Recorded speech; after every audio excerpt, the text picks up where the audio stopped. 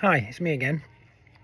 School rep, West Sussex Secondary School, local area secretary and negotiating secretary for West Sussex, and a caseworker across West Sussex. This little video is all about directed time, because your directed time calendar should be synchronised with your whole school calendar. So when that gets published, this should be working in parallel. And a lot of people keep asking me, what is a directed time calendar? So my question is, have you seen yours yet? Well, the Teachers Pay and Conditions expects all teachers in the country to work a maximum of 1,265 hours a year. That's in our school, in most schools, in all schools, 38 weeks. If you take the 5 days off for different inset days, taking it down from 95 to 190 days, that's where the 1,265 hours comes from. Most schools allocate most of it. I think it's good practice. You should have a contingency in there for emergencies such as Ofsted, whole staff meetings, resignations of senior leaders, head teachers, deaths, students, staff. So you can't really have it full up. And there's quite a lot of things actually that are myths to do with directed time. So let's bust a few of those. Break duties, assemblies, open evenings and trap time should all count in those 1,265 hours. So the time that you're in school that you can't do anything else because it's not long enough should be included. That's the first point. The second point, part-time teachers, and there's a lot of part-time teachers in secondary schools and primary schools, cannot be required to attend on days that they don't normally work. So that's parents' evenings, CPD, those things. If you don't work those days, you don't have to go in and do them. So that's the second thing. The third thing is PPA time should be identified on your timetable in minimum blocks of 30 minutes. Now 30 minutes in an hour's timetable school is going to be difficult to achieve, because that means you've got to cover half of it. I've known occupational health recommend that PPA should be equally split over 2 weeks, but actually that's not easy in practice to do. But I've also known schools this year across West Sussex that haven't actually put PPA time on their timetable, and when they ring up to say, I seem to be doing a lot of cover, which is abuse of the rarely cover, it makes you wonder how much they're saving on supply, because nobody knows where their PPA is, so they're getting asked every day to cover lessons and can't protect it or argue that it's a PPA because they don't know where the PPA sits in their timetable. So again, when that gets flagged up, we can do something about that and get it on the timetable. So that's the third myth. The fourth myth is that if you do have leadership and management responsibilities, you're entitled to extra time for these, and that should be not something you're begging and grovelling for. It should be part of the allocation for that job, and something that you can know and ask and advertise when you take that advertised position to interview. Number 5, after school meetings should be kept to a minimum. I always push for 1 a week. It's not always possible because we have a disaggregated day, and that requires us to do 5 extra training sessions to make up for that of 190 minutes. That's an hour and a half. So not always possible.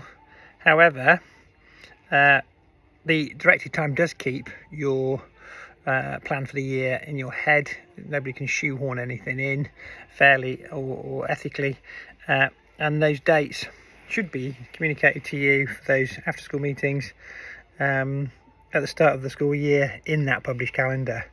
Hence why it's important that you see a directed time calendar, so that people can't shoe stuff in and you don't have to keep asking questions. Do I have to attend this? Do I have to attend this?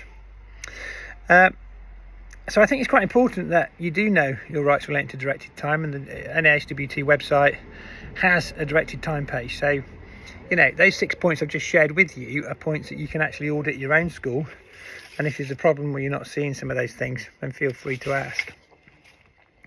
I think the other point is, not only is it important that you get to see a directed time calendar, and it's not complicated, it looks like this. That's for my setting. The directed time calendar calculator on the app would allow you to take the things from your whole school directed time and put it into that calculator to see if you're doing too much or not enough or whatever. Well, you're not going to be not doing enough, I can assure you. But in our setting, we've got movement time, break time, CPD, all of it, whole school, behaviour, departmental, and all the parents' evenings.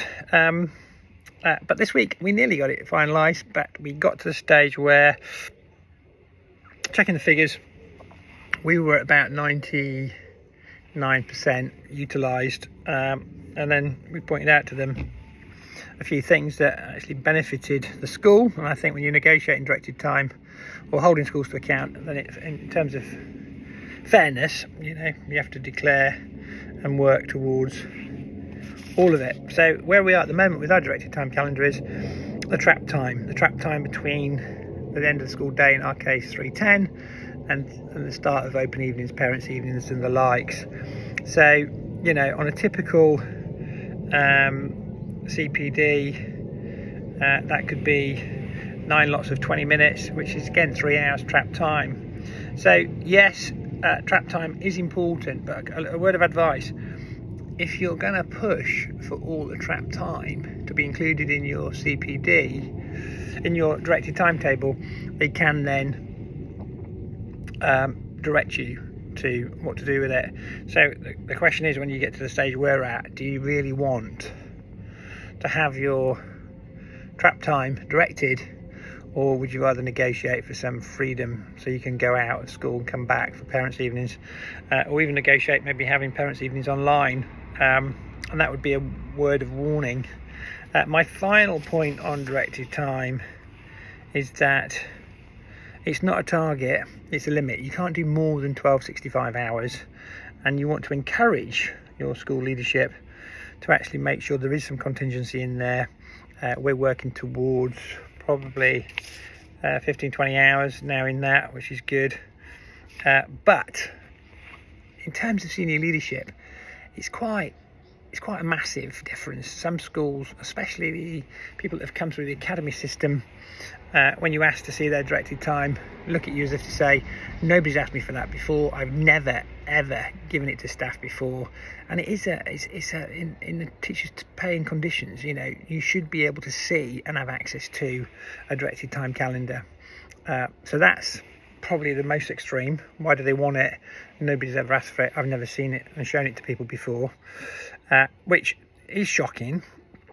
However, on the other side of the coin, working with progressive heads that take pride in doing things properly and are professional and fair, then they will engage with school reps to work towards something which is fair and equitable for all.